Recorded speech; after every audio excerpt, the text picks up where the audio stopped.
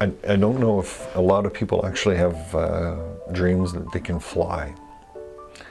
And I've always had dreams that I could fly ever since I was a little boy. And I love the sensation that I get from the feeling that I'm flying. So it's kind of like, I know I'm not flying. I know I'm someone on that dream, that mid-dream state. It's kind of like getting out of prison for a while and getting to breathe the fresh air and see the sunlight on your face. And I'll take it, because that's what it's for, you know. I know I got to go back. I got to use the chair, and it's not like that's a bad thing.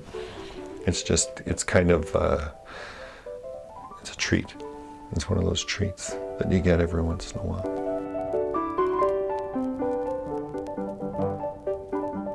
The first time I did that, oh gosh,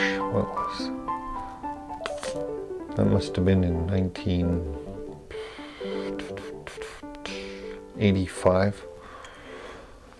Yeah, I think it was 1985 or 1986, and it was on one of those dares that I did to Jack Tennant at the time. He was just starting one of the papers, and I was writing articles for him, that kind of thing. And as far as I knew, nobody had done it yet.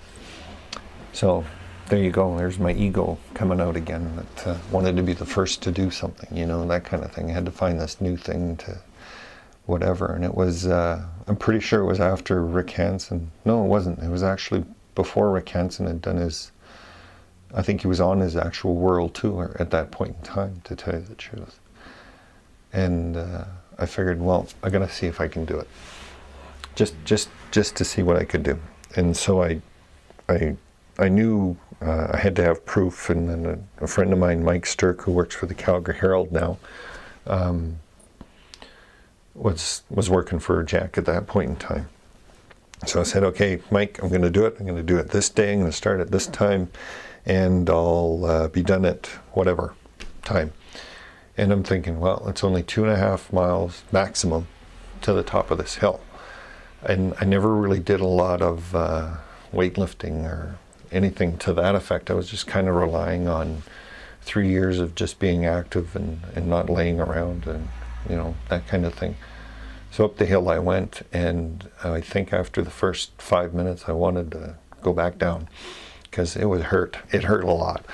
And something that should have took me I think 45 minutes took me an hour and a half to get up to the top of the hill, and man, was I ever glad. It was hot. I had to take most of I didn't have a shirt on at the, you know, 3/4 of the way up, or even halfway up, because it was just too much. It was really hot, and the only reprieve I really had was people driving by in their cars too fast, that kind of thing, and created a little bit of a wind. But made it to the top, and I was pretty happy that it was over, and my hands were still in pretty good shape. Of course, it didn't take me that long to get back down, and I didn't want anybody to give me a ride down, because they worked hard enough to get all the way up there. There's no sense in jumping in a car and going back down again. I've done that a million times. So down I went, and I think getting down was probably just as hard as getting back up, because I never really thought of it, and I didn't really have gloves for me.